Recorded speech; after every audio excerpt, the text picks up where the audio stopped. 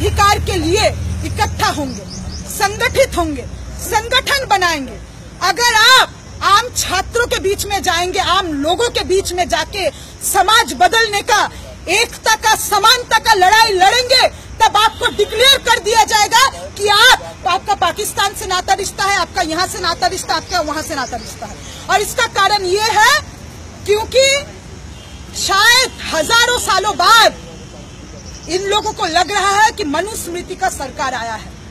इसका कारण ये है क्योंकि देशद्रोही लोग जो इस देश के खिलाफ है, जो लोग अंग्रेजों से माफी मांगे थे, जिन्होंने कहा था कि आजादी का लड़ाई बहुत बुरा है, ये हम ना करेंगे, हमारे हुक्म हम ये ना करेंगे, देश की आजादी का लड़ाई हम ना लड़ेंगे, और जो लड़ रहे हैं वो बुरे हैं, वो लोग आज, वो देशद्रोही लोग आज मुख्यमंत्री और प्रधानमंत्री बन के बैठे हैं। और देश के आवाम को पता है आज कि ये देशद्रोही लोग हैं। साथियों, लखनऊ यूनिवर्सिटी में जो हुआ, लखनऊ यूनिवर्सिटी में एक कार्यक्रम, वहाँ के एक सो कॉल्ड कर्मचारी संस्था, और उनका उसका नाम पूछा, कर्मचारी एवं क्रीड़ा संस्थान, वो हिंदवी स्वराज दिवस पालन करने के लिए एक प्रोग्राम को ऑर्गेनाइज किए थे। और ये और कुछ नहीं था, हिंदी हिंदू, इस देश को जो एक हिंदू राष्ट्र बनाने का साजिश है, उस आरएसएस के भगवाकरण के इस एजेंडा को प्रोपेगेट करने के लिए प्रोग्राम ऑर्गेनाइज किया जा रहा था। लखनऊ यूनिवर्सिटी के फाइनेंस ऑफिसर ने चिट्ठी लिखा था वहाँ के वाइस चांसलर को कि लखनऊ यूनिवर्सिटी के फंड से ये प्रोग्राम ऑर्गेनाइज नहीं हो सकता, क्योंकि लखनऊ यूनिवर्सिटी का फंड पढ़ाई लिखाई के लिए, एकेडमिक इंफ्रास्ट्रक्चर के लिए। वहाँ के फाइनेंस ऑफिसर ने ये चिट्ठी लिखा था। उसके बावजूद वो प्रोग्राम 7 जून को ऑर्गेनाइज हुआ। योगी आदित्यनाथ आए, और जब योगी आदित्यनाथ आए तब वहाँ के हमारे बहादुर साथी, वहाँ के वो साथी जो इस जिम्मेदारी को समझते हैं कि अगर हम यूनिवर्सिटी में पढ़ते हैं तो इस देश के लिए, इस देश के आवाम के लिए, उत्तर प्रदेश के दलितों के लिए, किसानों के लिए हमारा जिम्मेदारी बनता है, और वो जिम्मेदारी हम निभाएंगे, चाहे उसके लिए जो रिस्क लेना पड़े। और उन्होंने ये सवाल उठाया, उन्होंने बोला सहारनपुर के दलितों को न्याय दो, उन्होंने बोला कि साथी चंद्रशेखर को रिहा करो।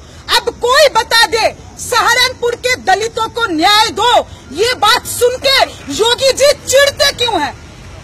वोट मांगने आप नहीं गए थे उन दलित गांव में? आप नहीं गए थे क्या वोट मांगने?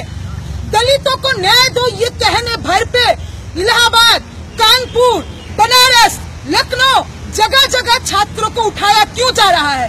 योगी जी, अगर आपका भी 56 इंच का दावा है तो 56 इंच का छाती ठोक के कह दो कि दलित विरोधी हो तुम। 56 इंच का छाती ठोक के कह दो कि संविधान को नहीं मानते हो। इतना डर किस बात का है? काम जो करते हो मुंह पे लाओ, और तब हम देखते हैं कि कहां से टिकता है तुम्हारा सरकार। अब कोई भी चैनल खोल के देख लीजिए, साथी चंद्रशेखर को गिरफ्तार किया गया। जगह जगह मीडिया में ये चलाया जा रहा है कि सहारनपुर के अपराधी, सहारनपुर में शब्बीरपुर गांव में जो घर जलाए गए वो घटना नहीं है। भीम आर्मी हो जाने भर पे दलित अपने आप को ऑर्गेनाइज किए, जाति उन्मूलन के एजेंडा पे, ये मनुवादी, ये व्यवस्था के खिलाफ अपने आप को संगठित किए। दलित संगठित कैसे हो जाएगा? उसका काम तो सिर्फ है, योगी जी जब जाएंगे, मोदी जी जब जाएंगे, अपने आप को हिंदू मान के वोट कर दे। वो संगठित कैसे हो सकता है? वो अपना बात खुद कैसे कह सकता है? और ये अगर दलित कह दिया तो उसको कहा जा रहा है कि वो अपराधी है। साथियों, आज हम लोग अपने लखनऊ के साथियों का झंडा बुलंद करने, आज हम लोग साथी चंद्रशेखर के आजादी का, साथी चंद्रशेखर को रिहा करने का मांग करके यहाँ पे आए हैं, और योगी जी को ये संदेशा देने आए हैं कि आपने सोचा था पत्ता नहीं हिलेगा, इधर तूफान आएगा, और इस तूफान में तुम्हारा सत्ता नहीं टिकेगा। मध्य प्रदेश में किसानों पे गोली चलाया गया, और उसके बाद हम जो लोग सोशल मीडिया में हैं, एबीवीपी के लोग, हम यहाँ से पूछना चाहते हैं एबीवीपी का पोजीशन कहाँ है मध्य प्रदेश में जो किसानों का हत्या हुआ। एबीवीपी के लोग कह रहे हैं कि उधर सीताराम येचुरी का ठुकाई किए और उधर मध्य प्रदेश के किसानों का ठुकाई किए। अगर किसान हड़ताल में चले जाए ना, भूखे मर जाओगे, भूखे मर जाओगे। उनका जीन्स देखा जा रहा है, उनका गॉगल्स देखा जा रहा है, और ये नहीं देख रहे हैं देश भ्रमण से देश में वापस आते हैं। कभी कभार एक न्यूज़पेपर ने हेडलाइन बनाया बंगाल में कि खबर है कि मोदी जी पिछले कुछ दिनों के लिए देश में आने वाले हैं और वो कुछ दिन देश में रहेंगे और इस बीच में अगर उनको मौका मिला तो गुजरात भी जाएंगे। तो ये है हमारे देश का प्रधानमंत्री। ट्रंप इनको लपड़ाता है, थप्पड़ मारता है, इसके सामने कहता है कि भारत ने करोड़ों रुपए खाया क्लाइमेट चेंज के लिए, जबकि ये झूठ है। और ये थप्पड़ खा के आ जाते हैं और यहाँ पे आके उच्च जाति के लोगों से दलितों को पिटवाते हैं। इतना नालायक, इतना कायर सरकार टिक नहीं सकती है।